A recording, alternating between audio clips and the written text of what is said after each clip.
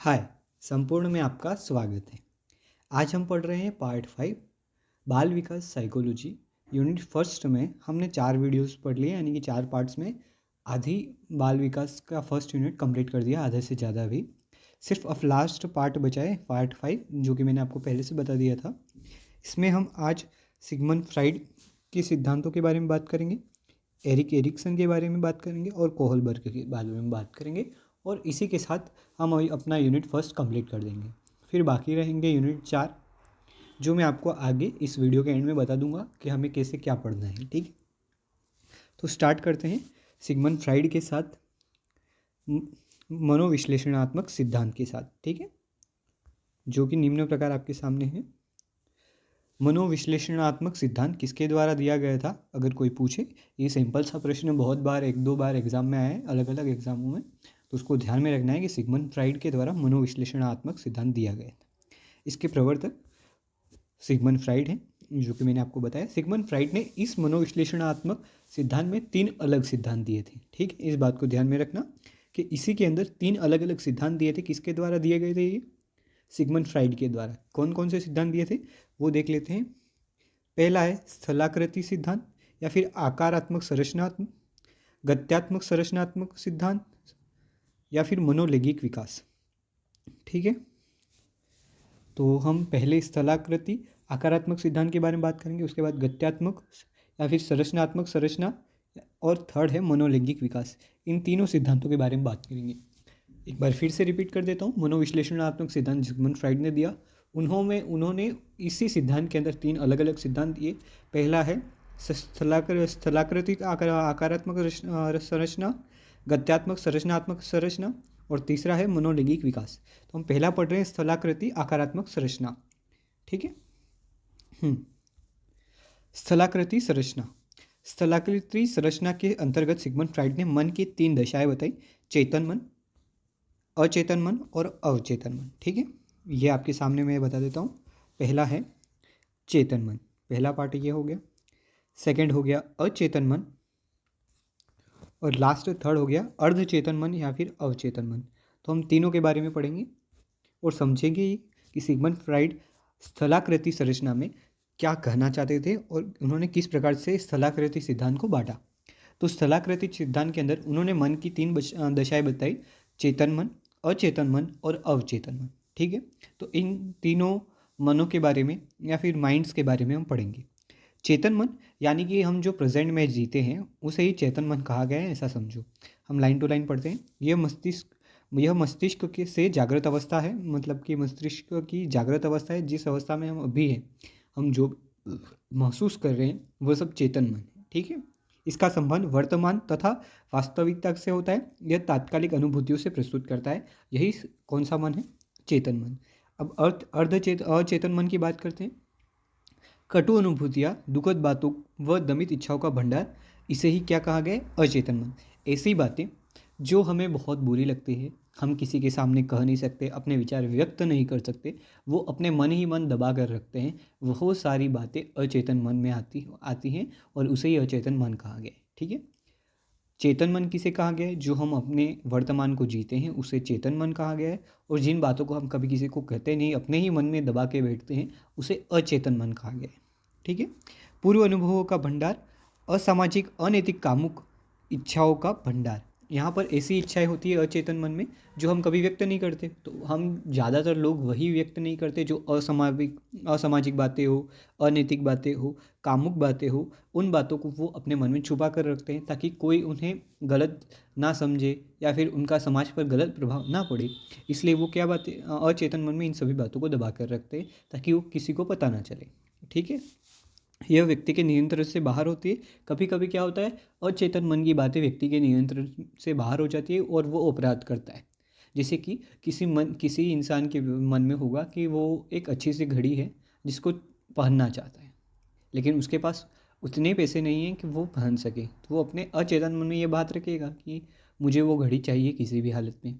जब अचेतन मन ज़्यादा प्रबल हो जाएगा या फिर उसको लगेगा कि मुझे ये किसी भी हालत में चाहिए। पहले व्यक्ति क्या सोच रहा था कि मैं कमा कर फिर उस घड़ी को खरीदूंगा, लेकिन अब क्या हो रहा है कि उसे ज़बरदस्ती वो वस्तु चाहिए। तो वो क्या करेगा? चोरी करेगा। इसे ही क्या कहा गया है कि यह व्यक्ति के नियंत्रण से बाहर है। जब अचेतन मन भारी हो जाता है एक व्यक्ति के ऊपर, तो वो चोरी करने लगता है, अनैतिक कार्य करता है, अपराध करने लगता है। यह चेतन मन के ठीक विपरीत है। चेतन मन जो वर्तमान में जीता है, ये क्या है, भूतकाल में जीता है या फिर भूतकाल की बातों को संग्रहण करके फिर रखता है। सिगमंड फ्राइड ने इसे सबसे महत्वपूर्ण माना है, क्योंकि मतलब कि ऐसा कहा जाता है सिगमंड फ्राइड के अनुसार कि 10 में से 9 बातें, यानी कि 9/3 कह सकते, 9/10 कह सकते हैं, जो भाग होता है 10 मन का, वो अचेतन मन का रहता है और 1/10 चेतन मन का रहता है।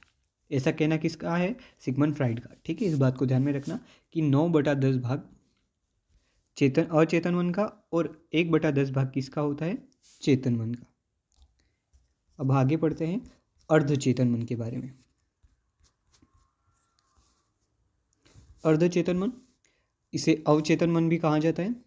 चेतन व अचेतन के बीच की अवस्था, याद की हुई बातों को, अनुभवों को अचानक भूल जाना, अटक जाना, हकला जाना, लेकिन प्रयास करने पर उन सभी बातों को याद आ जाना, उसे ही क्या कहा गया है? अर्धचेतन या फिर अवचेतन। ऐसी बातें जो हमको याद तो हैं, लेकिन वो उस समय जब हमें उनकी ज़रूरत है तब याद नहीं आ रही, और थोड़ा बहुत प्रयास करने के बाद वो वापस से याद आ जाती हैं। वो अर्धचेतन मन में होती है या फिर अवचेतन मन में होती है। ठीक है, जैसे कि कोई व्यक्ति बोलते बोलते रुक जाता है कि मैं कुछ बोलने वाला था, या फिर भूल जाता है कि मैं क्या बोलने वाला था, तो वो सारी बातें कहाँ पर होती है? अर्धचेतन मन में, अवचेतन के मन के अंदर। ठीक है, तो अर्धचेतन मन और अवचेतन मन चेतन मन और अचेतन मन के बीच का ब्रिज के रूप में काम करता है। इस बात को ध्यान में रखना। हमने 3 मन के प्रकार पढ़े। कौन कौन से? चेतन मन, जो हम वर्तमान में जीते हैं; अचेतन मन, जो हमारे भूतकाल या फिर अनैतिक विचारों को दबाए रखता है; और अर्धचेतन मन, जो हमें कुछ प्रयास करने पर याद आ जाती हैं बातें, वो अर्धचेतन मन में रहती हैं। इन 3 बातों को याद रखना। ठीक है, हमने सिगमंड फ्राइड का स्थलाकृति मॉडल इस प्रकार से पढ़ लिया। यहाँ पर एक बात लिखी जो मैंने आपको पहले से ही बता दी थी। अचेतन मन 9/10 रहता है, जो कि मैंने आपको बताया था वही, कि अवचेतन मन या फिर अचेतन मन, अवचेतन मन नहीं, अचेतन मन है, इसको ध्यान में रखना। अचेतन मन है तो वो कितना रहता है? 9/10। तो हमने स्थलाकृति मॉडल को पढ़ लिया है, स्थलाकृति मॉडल को समझ लिया है कि स्थलाकृति मॉडल में सिगमंड फ्राइड क्या कहना चाहते थे। सिगमंड फ्राइड के 3 मॉडल थे, जिसमें से एक मॉडल को हमने समझ लिया है। उन्होंने, सिगमंड फ्राइड ने ये कहा कि स्थलाकृति मॉडल में कि एक व्यक्ति के अंदर 3 प्रकार के मन होते हैं। पहला चेतन, दूसरा अवचेतन और तीसरा अर्धचेतन। तो इस प्रकार से सिगमंड फ्राइड का हमने एक मॉडल कंप्लीट किया। अब गत्यात्मक मॉडल देखते हैं। गत्यात्मक मॉडल में सिगमंड फ्राइड क्या कहना चाहते थे, अपने विचार किस प्रकार से व्यक्त करते थे, वो देखते हैं। गत्यात्मक संरचना, इसके अंतर्गत सिगमंड फ्राइड या फिर साइड लिखा है, वो फ्राइड है। ठीक है, ने 3 प्रकार बताए, इदम, अहम और पराहम। तो इन तीनों के बारे में हम पढ़ेंगे। पहले इदम को समझते हैं। इदम यानी कि जन्मजात वस्तु या फिर जन्मजात विचार। जो हमारे अंदर जन्मजात विचार होते हैं उनको इदम कहा जाता है। ठीक है, या फिर ईड कहा जाता है। सुखवादी सिद्धांत, जन्मजात होता है, इच्छाओं का भंडार ग्रह होता है। इसमें बच्चे के अंदर अलग अलग इच्छाएं होती हैं, उसे पता नहीं रहता है, या फिर जन्म से हमारे अंदर बहुत सारी इच्छा होती है कि मुझे बड़ी कार चाहिए, बड़ा घर चाहिए, बड़ी चीज़ें चाहिए, मेरा नाम होना चाहिए, मुझे अलग अलग चीज़ें प्राप्त होनी चाहिए। ऐसी बड़ी बड़ी इच्छा जन्म से होती है एक बालक के अंदर। इसे ही क्या कहा गया है? इदम। और आपने पहले स्थलाकृति मॉडल पढ़ा था, उसमें यह बात या फिर ये विचार कौन रखता था? अचेतन मन में, याद होगा तो। ठीक है, तो यहाँ पर वही कहा गया है, अचेतन मन से संबंधित यह है, क्योंकि अचेतन मन में भी वही होता है कि मुझे बड़ा फ़ोन चाहिए, एक बड़ी घड़ी चाहिए, किसी भी हालत में, चाहे मैं उसके लिए सक्षम हूँ या नहीं। तो वही इदम और अचेतन मन दोनों एक ही है। ये प्रश्न आता है कि इदम का संबंध किससे है? तो अचेतन मन से है। चेतन मन से है, अवचेतन मन से, अर्धचेतन मन से, या फिर इनमें से किसी नहीं ऑप्शन आए तो वहाँ पर क्या करना है? अवचेतन मन।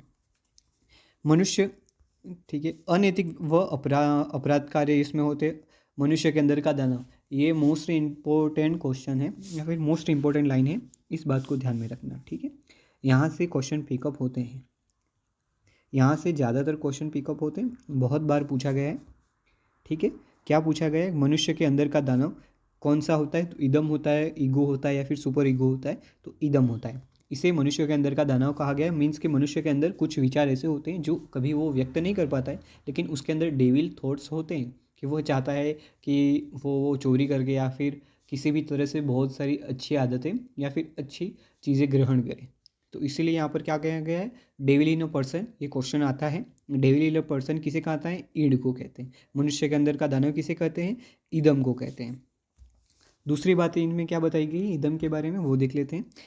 काम प्रवृत्ति से युक्त इसमें होता है व्यक्ति, क्योंकि उसके अंदर जब मतलब कि युवा अवस्था होती है तो काम प्रवृत्ति ज़्यादा होती है और अपने मन में वो सारे विचार दबा कर रखता है। इसलिए कहा गया है कि इदम काम प्रवृत्ति से युक्त होता है। कुसमायोजन के लिए जिम्मेदार यही होता है, क्योंकि एक व्यक्ति समझ नहीं पाता है कि क्या गलत है और क्या सही है। क्योंकि जैसे कि वही घड़ी वाला एग्जांपल लेते हैं, या फिर एक महंगा फ़ोन या फिर महंगी गाड़ी, ठीक है। अब व्यक्ति की इच्छा क्या है, उसे वो गाड़ी किसी भी हालत में चाहिए, चाहे वो चोरी करके ले। लेकिन समाज के अंदर क्या है, चोरी करना पाप है। तो उसके अंदर कुसमायोजन हो जाता है कि मैं करूं या नहीं करूं, या फिर मेरे जो विचार है वो सही हैं या फिर समाज के विचार सही हैं। तो इसे ही बोलते हैं कुसमायोजन, ठीक है।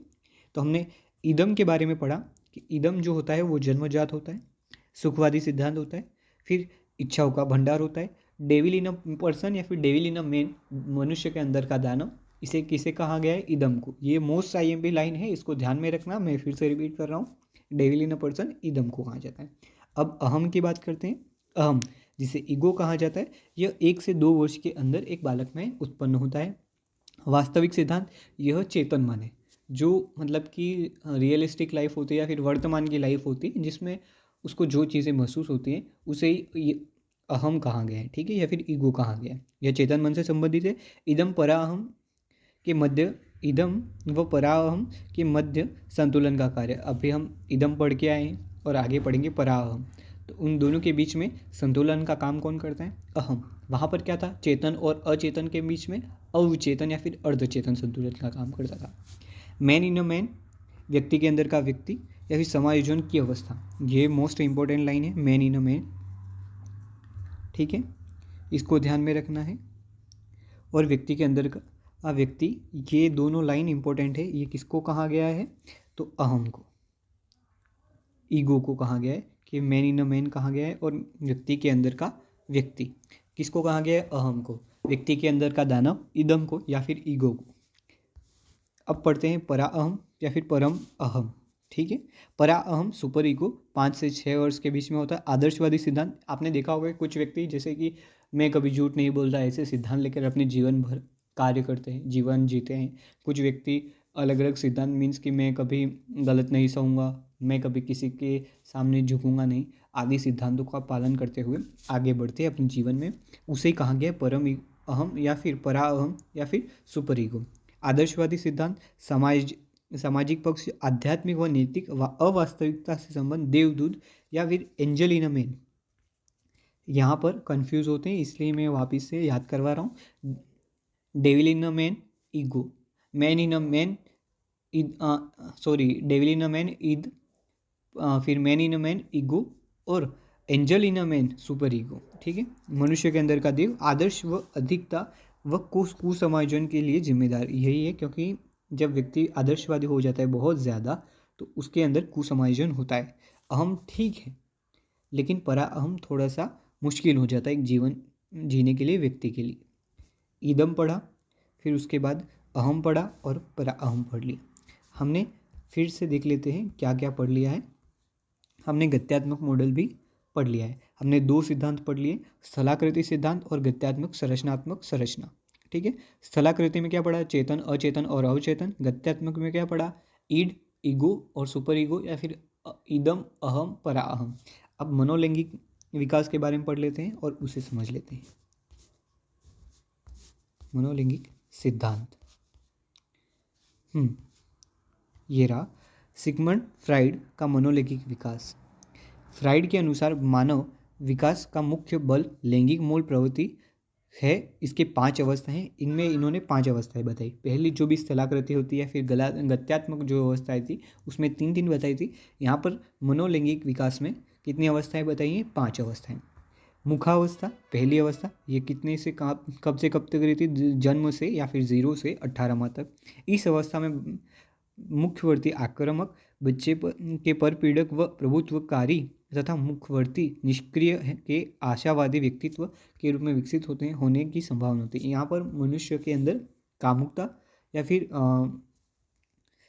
कह सकते हैं लैंगिक भावना मुख की ओर होती है। कब? जन्म के समय उसे मुख पर हाथ लगाना अच्छा लगता है, फिर उसके मुख पर जब हाथ लगाते हैं तब अच्छा लगता है। उसे क्या कहा गया? मुखावस्था। ये कब से कब तक रहती है? जन्म से या फिर 0 से 18 माह तक। ठीक है। अब उसके बाद गुदावस्था 18 से 3 वर्ष के अंदर, इसमें गुदा आक्रामक बच्चे क्रूर, विद्वेषी, विनाशक, गुदा धारक, धारणात्मक बच्चे के हठी व कंजूस बनने की संभावना होती है। कौन सी अवस्था है ये? 18 से 3 वर्ष की गुदा अवस्था। इसमें बच्चा चिड़चिड़ा होता है या फिर हठी होता है, कंजूस होता है, विनाशक होता है, क्रूर होता है, विद्वेषक होता है। ये कौन सी अवस्था में होता है? गुदा अवस्था। यह मोस्ट इंपॉर्टेंट है गुदा अवस्था, क्योंकि यहाँ से क्वेश्चन आते हैं। मैं आपको साथ में वही बताता चलूँगा कि कहाँ से क्वेश्चन आते हैं, कौन सा पढ़ने लायक है पार्ट, ये सब हमें याद रखना पड़ेगा और समझना पड़ेगा। तो हमने अभी पढ़ी गुदावस्था। गुदावस्था 18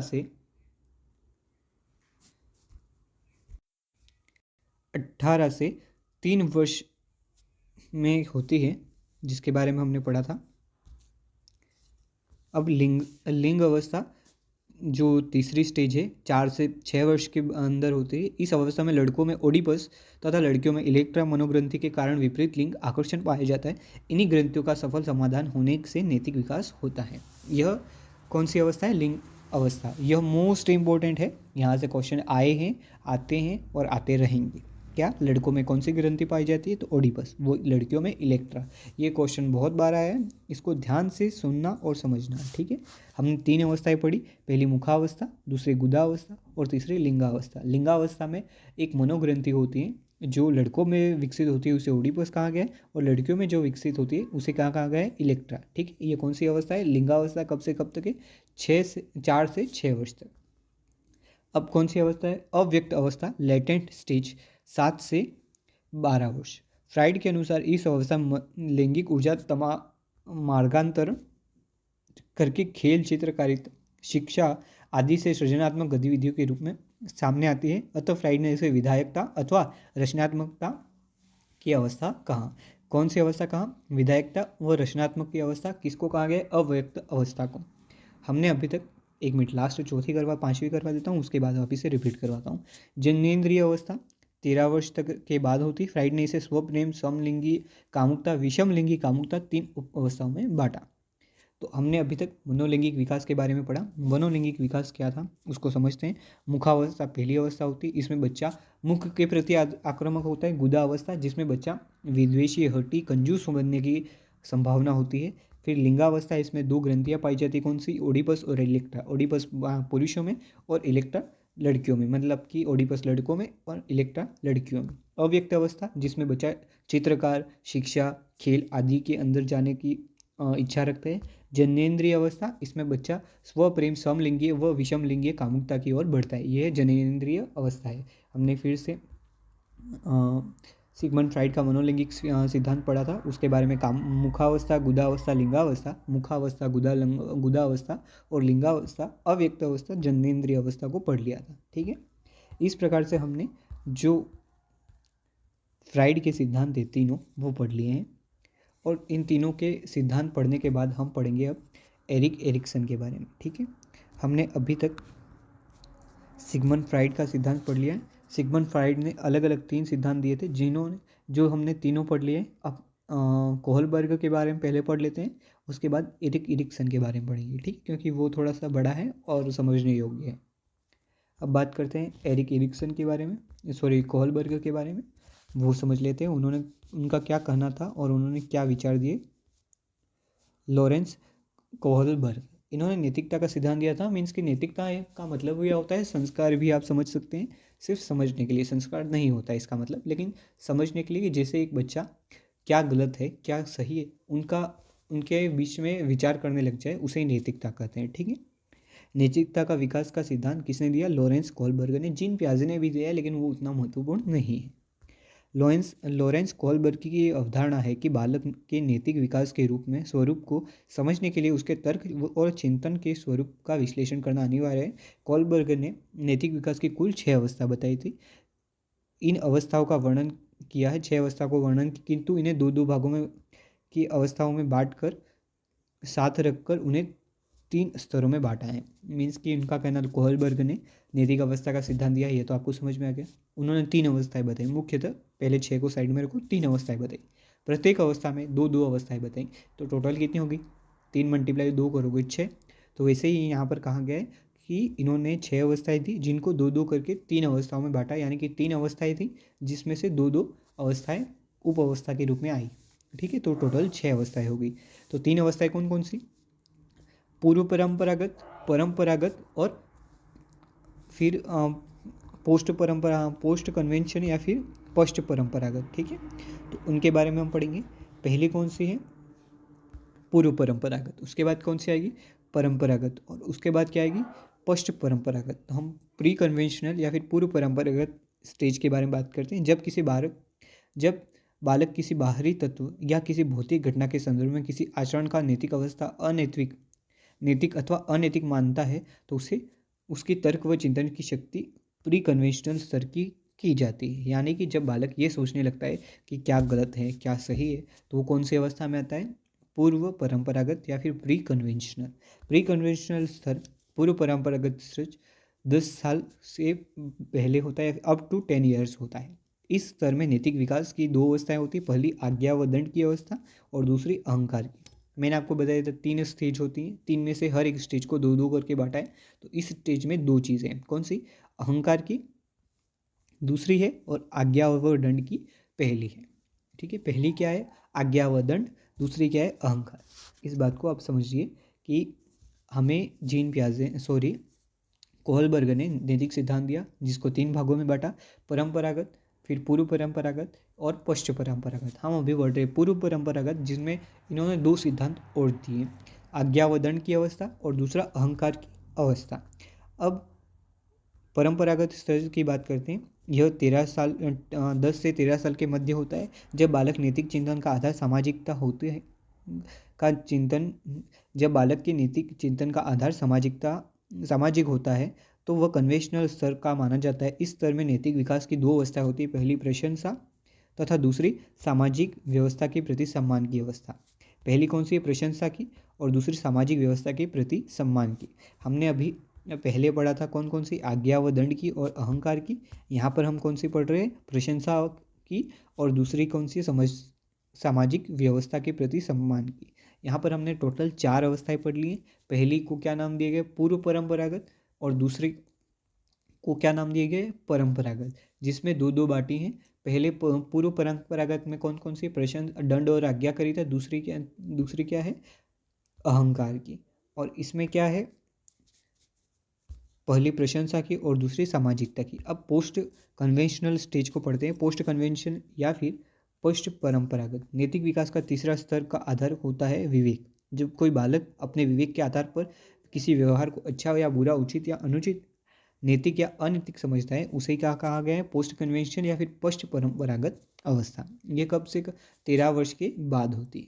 पहली को सामाजिक, और इसकी जो पहली अवस्था है उसको सामाजिक समझौते की अवस्था, और दूसरी अवस्था को क्या गया है, विवेक की अवस्था या फिर सार्वत्रिक नीतिपरक सिद्धांत।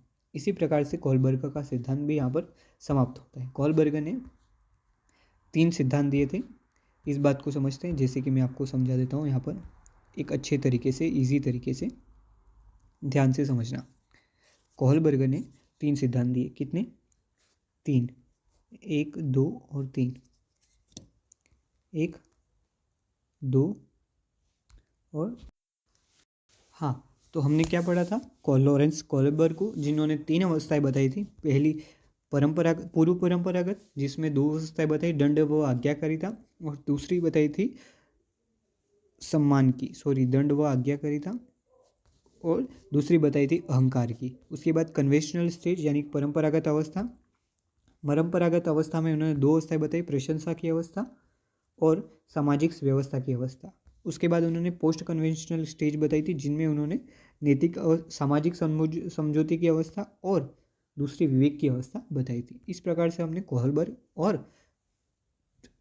फ्राइड के सिद्धांत को पढ़ लिया था। अब एरिक्सन का सिद्धांत बचा है, जो इम्पोर्टेंट भी है और थोड़ा सा कठिन भी है, तो इसको समझ लेते हैं। एरिक इरिक्सन के सिद्धांत को इन्होंने अपनी पुस्तक चाइल्डहुड एंड सोसाइटी 1963 में पब्लिक की थी, और इसमें यह सिद्धांत दिया था, जिस सिद्धांत का क्या नाम है, मनोसामाजिक सिद्धांत। यह 8 स्टेजेस में बटा हुआ है, 8 अवस्थाएं बताई थी इसमें, और इसको याद करने का तरीका क्या है, इन 8 स्टेजेस को वो यहाँ पर ट्रिक बताई है, जो कि बहुत सारी बुकों में दी गई है। पहली है विश्वास तथा स्वतंत्रता के साथ पहल की, फिर परिश्रम करके पहचान बनाई, तब हमें किसी की घनिष्ठता मिली तथा जनन संपूर्ण हुआ। ये 8 स्टेज ना इस ट्रिक से याद हो सकते हैं, जो मैं फिर से बोल रहा हूँ। किसका सिद्धांत है ये? तो एरिक इरिक्सन का मनोसामाजिक सिद्धांत है। इसको मैं वापस से रिपीट करता हूँ। विश्वास तथा स्वतंत्रता के साथ पहल की, परिश्रम करके पहचान बनाई, तब किसी की घनिष्ठता मिली और जनन संपूर्ण हुआ। ये 8 स्टेज थी। एक बार फिर से रिपीट करते हैं ताकि आपको और अच्छे से याद हो जाए। विश्वास तथा स्वतंत्रता के साथ पहल की, परिश्रम करके पहचान बनाई, तब हमें किसी की घनिष्ठता मिली और जनन संपूर्ण हुआ। ये 8 अवस्थाएं थी। किसने? एरिक इरिक्सन ने, जिसको एक चार्ट में बहुत अच्छी तरीके से समझाया गया है।